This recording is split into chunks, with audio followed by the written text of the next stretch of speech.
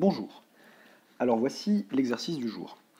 Il est tiré d'un énoncé un petit peu plus long, franchement plus long, que vous trouverez en description de la vidéo, et soit dit en passant, dans l'exercice plus long duquel j'ai tiré celui-ci, la question 5 ne sera pas faisable par toutes les filières, je sais qu'elle sera faisable par les MPSI, mais je ne veux pas dire la notion, du coup, je ne veux pas spoiler entre guillemets la notion nécessaire pour faire la question 5 de l'exercice dans le, en lien, mais voilà, elle n'est pas faisable par toutes les autres filières. En tout cas, par les autres filières de prépa, je ne crois pas que la notion soit au programme, juste pour la question 5. Pour ces deux premières questions, toutes les filières de prépa, à ma connaissance, et de licence scientifique, mathématiques, peuvent se pencher dessus. Donc, voici l'énoncé. Soit phi, une application de R dans R, telle que phi de 1 égale 1, et pour tout réel x et y, phi de x plus y égale phi de x plus phi de y, et phi de x fois y égale phi de x fois phi de y. Il s'agit de montrer en première question que pour tout x différent de 0, pour tout réel x différent de 0, phi de x aussi est différent de 0, et en petit 2, pardon, en déduire que phi est injective. Vous pouvez vous donner pour ces deux premières questions peut-être une vingtaine de minutes de réflexion. Alors, correction. Comment montrer que pour tout réel x différent de 0, phi de x est différent de 0? Dans ce genre de situation, on nous donne des propriétés qu'on a le droit d'appliquer à n'importe quel réel x et y de notre choix. En l'occurrence, ici, il faut faire intervenir x, soit x différent de 0, on n'a pas le choix.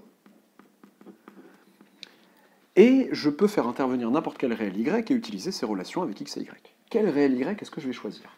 Mon choix va se porter automatiquement sur un réel que je ne peux choisir que si x est non nul, justement. Si x est non nul, quel réel je peux faire intervenir que je n'aurais pas pu faire intervenir si x était nul? Eh bien moi je pense à 1 sur x.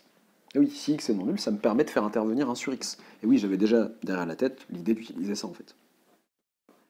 Dans le cas où x est non nul, 1 sur x est bien défini et je peux utiliser la propriété avec 1 sur x. Donc je vais pouvoir écrire phi de x fois 1 sur x égale phi de x fois phi de 1 sur x, par définition de phi, d'après l'une des propriétés qu'on m'a données sur phi, qui est valable pour n'importe quel réel x et y. Donc x est un réel non nul, 1 sur x aussi est un réel.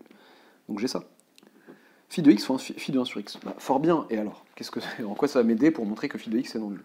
Oui, mais c'est quoi phi de x fois 1 sur x? Autrement dit, j'ai quoi en fait? J'ai que phi de 1 est égal à phi de x fois phi de 1 sur x. Mais je connais phi de 1. L'énoncé me dit que phi de 1 c'est 1. Donc en fait j'ai que phi de x fois phi de 1 sur x est égal à 1. Qu'est-ce que je cherche à prouver? Que phi de x ne peut pas être nul lorsque x est non nul. Est-ce qu'il peut être nul phi de x là? Bah non. Comment l'expliquer? S'il était nul, donc c'est une sorte de raisonnement par l'absurde rapide quoi. Si on avait phi de x égale 0, on aurait eh bien phi de x fois phi de 1 sur x qui est égal à 0 aussi. 0, mon 0 est assez petit, ce qui n'est pas.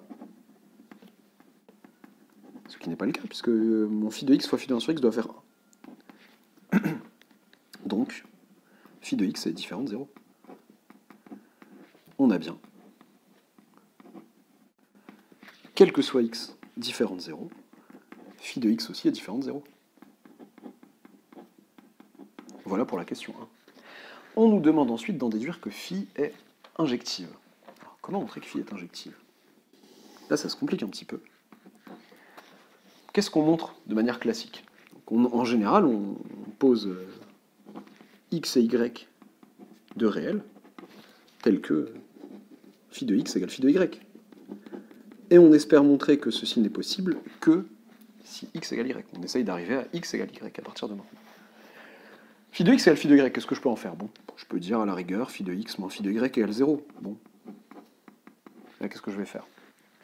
J'ai pas le droit de dire bah, phi de x moins y égale 0. J'aurais bien aimé, mais j'ai pas de propriété avec le signe moins et la fonction phi, uniquement avec le signe plus.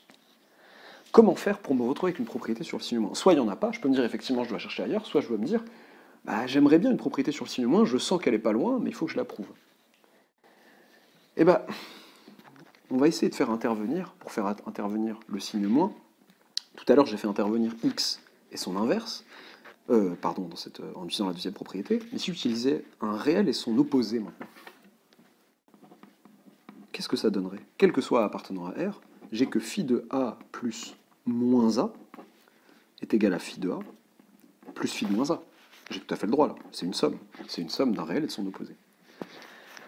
Autrement dit, A plus moins A, qu'est-ce que ça fait? Ça fait phi de 0 qui est égal à phi de A plus phi de moins A. Est-ce que je connais phi de 0? Ce serait sympa. Est-ce que je peux connaître phi de 0? Je regarde encore ce que j'ai. 0. Comment je peux faire intervenir du 0 dans l'histoire? Bon. Je vois deux manières de le faire. Soit je prends phi de 0 plus 0. Phi de 0 plus 0, bah ça fait phi de 0 plus phi de 0. C'est-à-dire que phi de 0 est en fait égal à 2 phi de 0. D'où je détaille, même si c'est évident, certains ont du mal à le voir dans ce genre de situation. 2 phi de 0 moins phi de 0 est égal à 0, si on met tout du même côté. C'est-à-dire en fait que phi de 0 est égal à 0. Ce qu'on aurait pu retrouver en mettant ici x égale 0, y égale 1. Donc ça aurait fait phi de 0. Non, j'ai rien dit en fait. Non. Ça fait phi de 0 égale phi de 0 fois phi de 1, ça fait phi de 0 égale phi de 0. Ça aurait été trivial ici, ça m'a rien donné. Non, je ne vois que ça comme comme manière simple de faire apparaître phi de 0 ici. Donc ça fait phi de 0 qui est égal à 0. Ok, phi de 0 est égal à 0. Mais donc je reprends ce fameux truc avec a et moins a. On a donc montré quoi? On a donc montré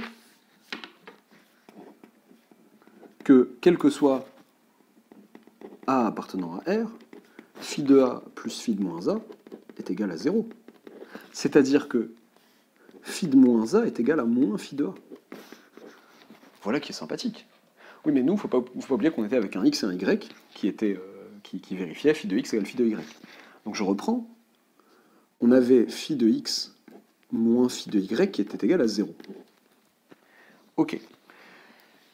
Et moi j'ai envie de dire que ça c'est phi de x moins y. Bah, qu'est-ce que c'est phi de x moins y? Phi de x moins y, c'est phi de x plus moins y. C'est donc phi de x plus phi de moins y. Ça, c'est avec la propriété de phi. Et avec ce que je viens de faire, puisque je viens de montrer que pour tout réel a, phi de moins a égale moins phi de a, bah ça me fait phi de x moins phi de y. Autrement dit, le phi de x moins phi de y qui est là et qui vaut 0, il est aussi égal à phi de x moins y. Donc, phi de x moins y égale 0. Ok. Et moi, j'aimerais aboutir au fait que x égale y. Oui, mais moi, j'ai montré en 1 que si un réel était non nul, forcément son image par phi était non nulle. Donc, j'ai une implication dont la contraposée est simple. Donc, 1 disait